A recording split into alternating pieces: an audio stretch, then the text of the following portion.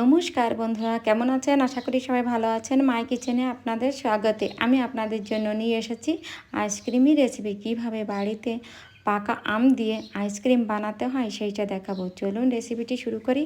Ice cream বানানোর জন্য আমি এখানে আইসক্রিমটা বানানোর জন্য একটি ছোট সাইজের হিমনদস্তা নিয়েছি, কাজু আর বাদাম নিয়েছি। এগুলোকে আমি পিষে নেব।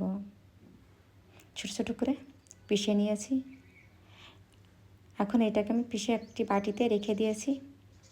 আর এদিকে গ্যাসে একটি প্যান আমি বসিয়ে দিয়েছি। 1 কাপ দুধ নিয়েছি। দুধটাকে ভালো করে গরম করে নেব। আপনারা যদি বেশি করে বানাতে চান বেশি বেশি দুধ নেবেন। দুধটাকে গরম করে নিয়েছি। এখন এখানে আমি মিল্ক পাউডার নিয়েছি। যে 10 টাকার মিল্ক পাউডারগুলো আছে না, সেই প্যাকেটের 2 প্যাকেট এখানে আমি মিল্ক পাউডার দিয়ে দিয়েছি। এখন এটাকে ভালো করে মিশিয়ে নিয়েছি। তারপরে চিনি দিয়ে দিয়েছি। এখানে আমি 100 ml চিনি নিয়েছি। চিনিটাকে ভালো করে মিশিয়ে কাজু বাদামটাও দিয়ে দিয়েছি। এখন এইটাকে জ্বালিয়ে গাঢ় করে নেব। সুন্দর একটা আইসক্রিমের জন্য ব্যাটার আমি তৈরি করব। আমার ব্যাটারটা বানানো হয়ে গেছে। এটাকে আমি ঠান্ডা করার জন্য রেখে দিয়েছি। আর এখানে আমি 2টি আম নিয়েছি, পাকা আম। প্রথমে এর মুখটাকে আমি কেটে নিয়েছি। তারপর আরটাও এভাবে মুখটা আমি কেটে নিয়েছি। দেখুন কীভাবে মুখটা কেটে নিয়েছি। এখন এর আঠিটা, ভিতরের যে আঠিটা আছে সেটা আমি বের করে নেব। দেখুন কীভাবে আমি বের করে নিই। প্রথমে চাকু দিয়ে ভিতরটাকে আঠিটা কেটে নেব। আস্তে আস্তে করে এভাবে কাটলেই সহজে আঠিটা বেরিয়ে আসবে। এভাবে করে আমি আঠিটাকে বের করে নিয়েছি। দেখুন আঠিটাকে আমি বের করে নিয়েছি। এভাবে দুটো আম থেকে আঠিটা আমি বের করে নিয়েছি। দেখুন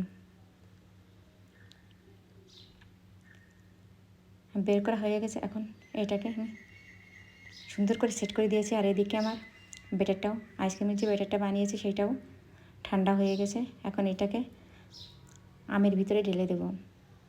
এভাবে আমটার ভিতরে আমি ঢেলে দিয়েছি। দেখুন রেসিপিটি পছন্দ হয় লাইক, শেয়ার, কমেন্ট ও সাবস্ক্রাইবার করে দেবেন। আর অবশ্যই এভাবে বাড়িতে আইসক্রিম বানিয়ে খেয়ে দেখবেন। পাকা আম দিয়ে খুব সুন্দর লাগে। এখন এর মুখটাকে আমি ভালো করে বন্ধ করে দেব। আর এটাকে ডিপ ফ্রিজে আমি রেখে দেব। দেখুন পুরো রাত আমি রেখে দিয়েছিলাম।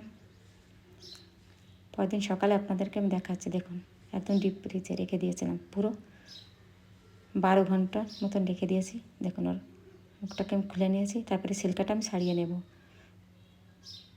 এভাবে আমি ছিলকাটা আমি ছাড়িয়ে নেব।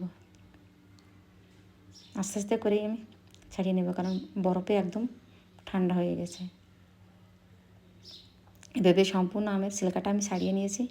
এখন এটাকে পিস পিস করে আমি কেটে দেব।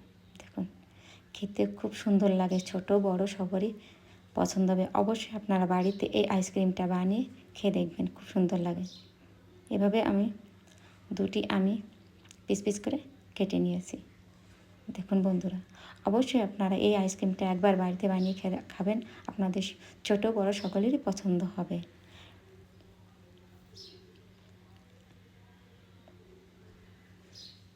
এই গরমে এই আইসক্রিমটা অবশ্যই বাড়িতে বানিয়ে খেয়ে দেখবেন, খুব সুন্দর লাগে।